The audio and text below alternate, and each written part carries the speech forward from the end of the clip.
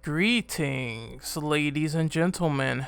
This is Renegade Operative here, and welcome to some more gaming news. Now, just a bit of a disclaimer, I'm going to be taking a break from gaming news because obviously I feel as though I've been doing way too many of these videos. I feel like it needs to go on the back burner just for a little bit until something crazy happens. So I'm going to put this on the back burner for the next 2 weeks. So if there's any crazy gaming news that happens, I will cover it. But once again, I want to go back to Let's Plays, reviews, first impressions.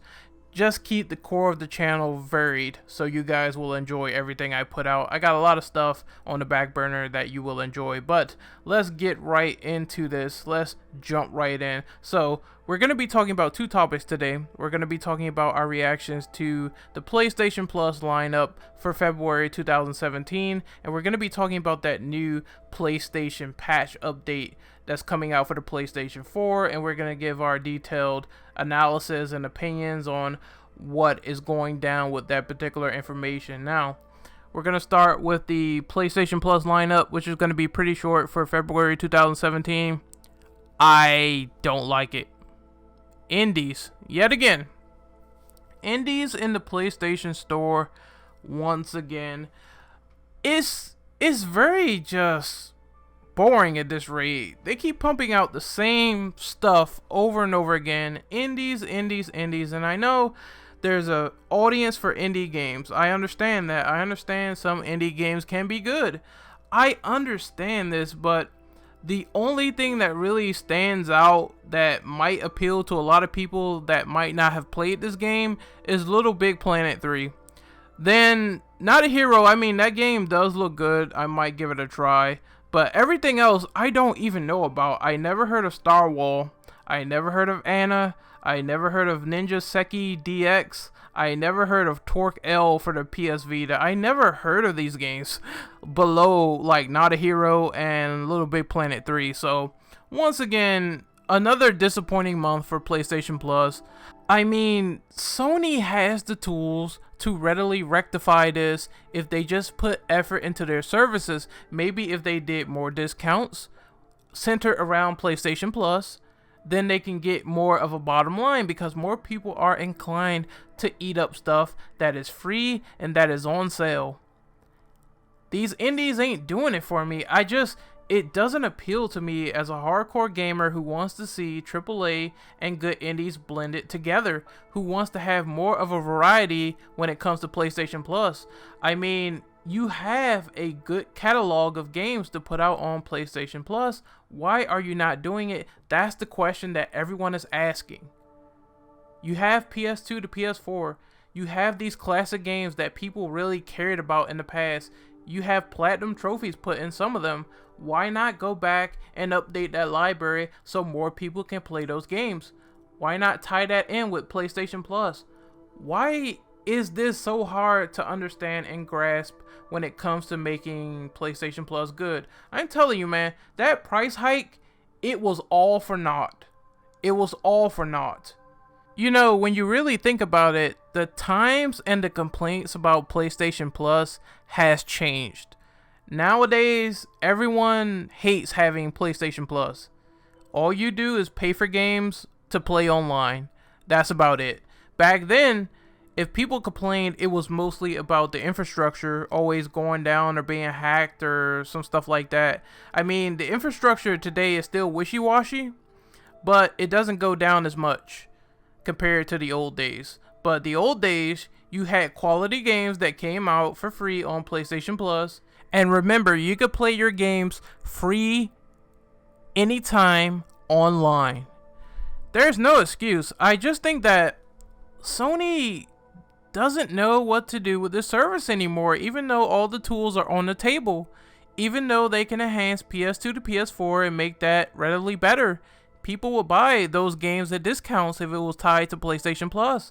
But once again, the options are there. It's just that, will they choose to use it? No. They have a slew of launch games that came out in 2004, 2003, whenever the PlayStation 4 came out. I don't remember offhand. But any launch game back then they could have used. Apparently, from what I heard, someone said that Killzone Shadowfall was never ever a PlayStation Plus selection on PS Plus for PS4. Let me say that again. A launch title that people still play to this day was never on PlayStation Plus. A big multiplayer game that should be dead still wasn't on PlayStation Plus for free. I don't get it. I don't understand. But you know what? Like I said, I'm gonna try out that Hero game, Not a Hero. I'm gonna try that out, see how that is, but I don't have high hopes for PlayStation Plus anymore. I just stopped caring long ago. Since last year, I stopped caring about PlayStation Plus when it comes to free games. Now I just pay for the online. I just throw like about $20 for like 3 months and I call it a wrap. It's very disappointing, but we're going to move on to this next segment, which is talking about the patch that's coming to PlayStation, the big patch. So I'm going to cut this part here and I'm going to talk about that in detail right about now. Now for this update, I'm going to talk about the PS4 system update 4.50, codename Sasuke.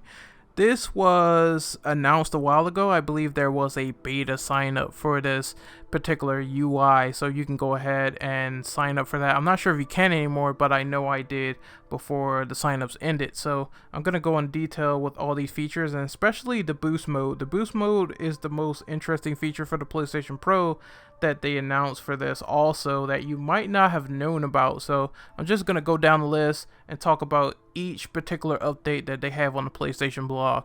Hopefully you enjoy. So first we have the external HDD support. Now this means that you can fully put an external hard drive on your PS4. I think the size goes up to 8 terabytes. I like the idea actually where you can have some extra space to put all your saves, games, all your screenshots, videos, etc.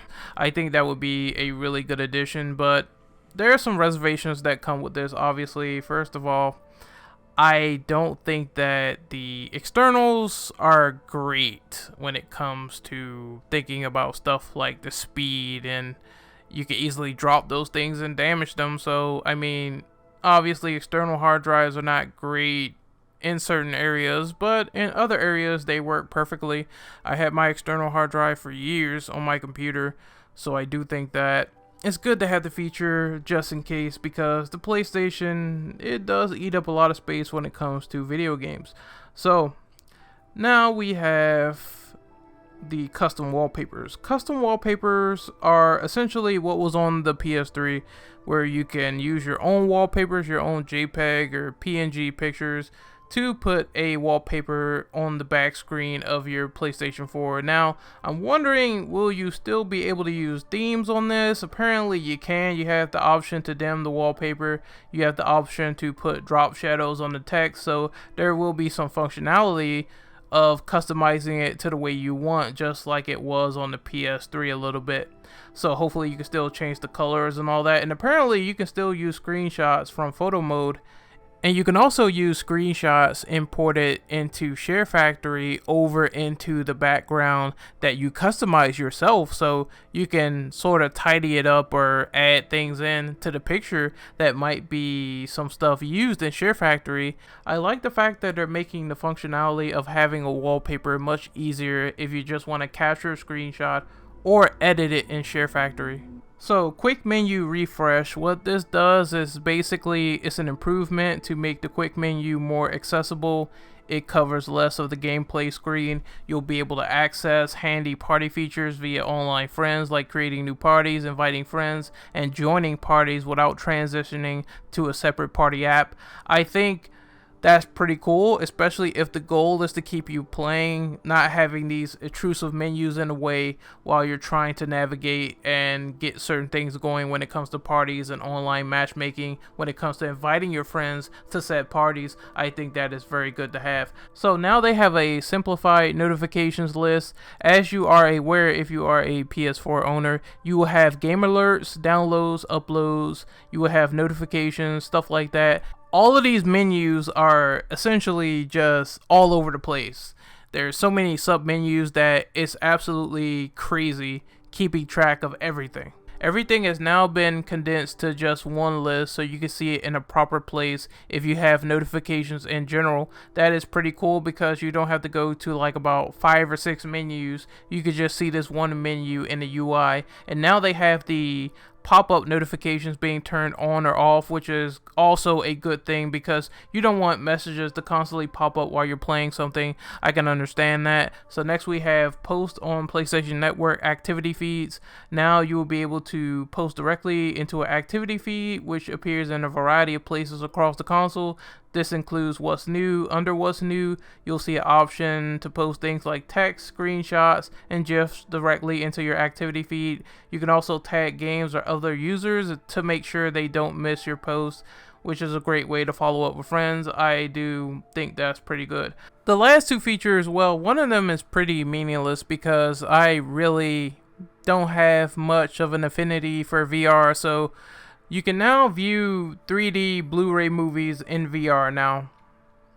Great, perfect, wonderful. I don't have a VR headset, so I could really care less about this feature. I mean, it's cool for the people who really invest into watching 3D movies in VR, but I could care less about this feature. And the last one is the most important feature. If you have a PlayStation Pro, you can experience unpatched PlayStation Pro games at a higher resolution, which is just amazing. I mean, I'm almost speechless on them doing this because everyone was complaining about the PlayStation Pro. Everyone was reasonably complaining about the PlayStation Pro. Everyone was grilling into Sony shit because there are a lot of unpatched games on that PlayStation Pro list that didn't make the cut yet. Now, this feature is supposedly boost mode. Boost mode will give that ability to raise the games at higher frame rates. I wonder if resolution is going to follow suit with this as well. I mean, we don't know, only time will tell, but again, a lot of the complaints that came out for the PlayStation Pro at launch was the fact that some of the games were running like ass on that particular system at launch. And now, it seems like they are trying to take the steps to remedy all these situations, and I gotta give Sony props. That's really cool to see. At the same time, I do wish that boost mode was universal for the regular PS4s and the PS Pros, because I mean, there are some games that I do wish I could see at higher resolutions, and they might have been, you know, scaled back or downscaled or whatever happened during development. I would love to see, you know, stuff like this happen for Uncharted. Seeing that game, you know, maybe get some higher frame rates in the story mode and survival mode. That would be pretty cool. Think about it. So this is the stuff that I want to see. I think this mode has potential.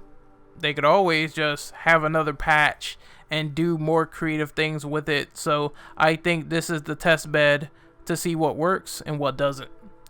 This is Renegade Operative signing off. Hopefully you guys really enjoyed this video. Once again, remember to like, subscribe, and comment, and I will see you guys next time. Remember, this is my last gaming news video of this week. I will probably be back in the next 2 weeks with another one, maybe even earlier, depending on the situation of what happens in the gaming news. Maybe I should condense everything and put them into just one video. That's what I might do. I might like make multiple topics, put them in one video, talk about them, and let that be it. Because I think that would be the best way to sift through everything and give you guys longer videos, a better understanding, and more improved quality. So I will see you guys later. Peace.